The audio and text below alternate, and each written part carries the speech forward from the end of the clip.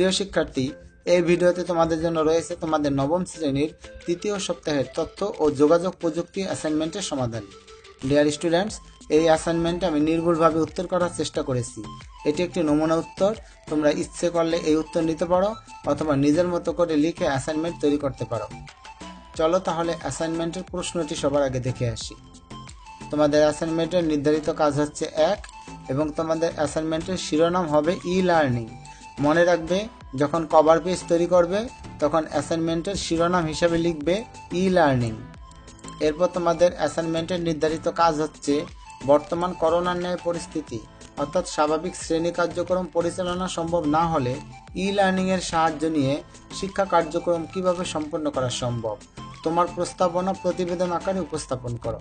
প্রতিবেদনে যা লিখতে হবে: ভূমিকা, করোনাকালীন স্বাভাবিক শ্রেণী কার্যক্রম চালু না রাখা যৌক্তিকতা, ই লার্নিংয়ের ধারণা, ই লার্নিংয়ের সুবিধাসমূহ, ই লার্নিং বাস্তবায়নের ক্ষেত্রে চ্যালেঞ্জসমূহ, ই লার্নিংয়ের মাধ্যমে কাঙ্ক্ষিত দক্ষতা অর্জন, স্বাভাবিক সময়ে শিক্ষায় সহায়তা হিসাবে ই লার্নিংয়ের সম্ভাবনা এবং সবার শেষে উপসংহার।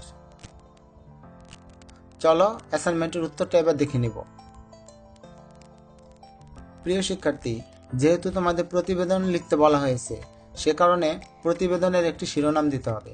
আমি এখানে একটি শিরোনাম দিলাম, করোনা পরিস্থিতিতে ই লার্নিংয়ের সাহায্যে শিক্ষা কার্যক্রম সম্পন্ন করার বিষয়ে প্রতিবেদন। তোমরা এই শিরোনামটি নিতে পারো অথবা তোমাদের নিজেদের মতো করে যে কোনো শিরোনাম লিখতে পারো। প্রতিবেদন অনুযায়ী প্রথমে লিখতে হবে ভূমিকা। ভূমিকা হিসাবে এখানে আমি যা লিখেছি তোমরা এটা নিতে পারো, এমনকি সম্পূর্ণ প্রতিবেদন তোমরা এটা লিখতে পারো অথবা নিজেদের মতো করেও তোমরা বানিয়ে লিখতে পারো। ভূমিকা হিসাবে আমি লিখেছি, সভ্যতার উৎকর্ষের যুগে শ্রেণীকক্ষে গিয়ে যে পাঠ শুকাতে হবে, এই বিষয়টি বর্তমান প্রেক্ষাপটে ভুল হিসেবে প্রমাণিত।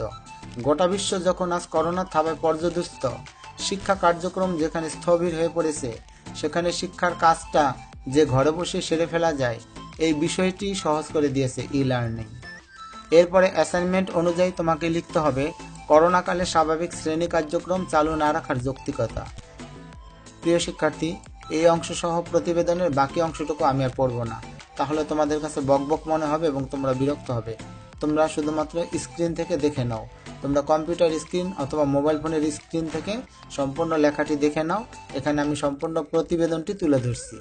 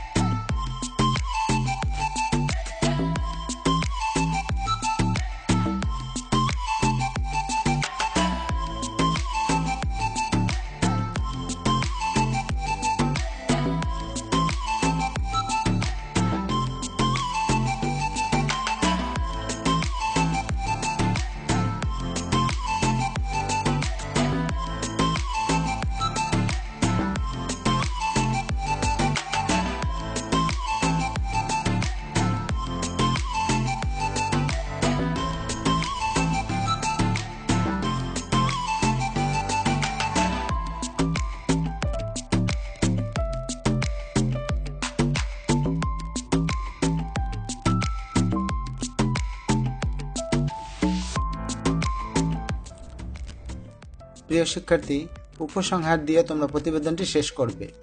আমি সবসময় চেষ্টা করব তোমাদের ইউনিক ও ভালো মানের তথ্য দেওয়ার জন্য, যাতে তোমরা অ্যাসাইনমেন্টে খুব ভালো নম্বর পেতে পারো। আমি আশা করব তোমরা অ্যাসাইনমেন্ট সংক্রান্ত আমার সবগুলো ভিডিও দেখবে। যদি ভালো লাগে এবং তোমরা উপকৃত হও, তাহলে ভিডিওতে অবশ্যই লাইক দিয়ে যাবে, বন্ধুদের সাথে শেয়ার করতে পারো, আর পরবর্তী অ্যাসাইনমেন্টের সমাধান পাওয়ার জন্য চ্যানেলটিকে অবশ্যই সাবস্ক্রাইব করে রাখবে। শুভকামনা রইল তোমাদের জন্য।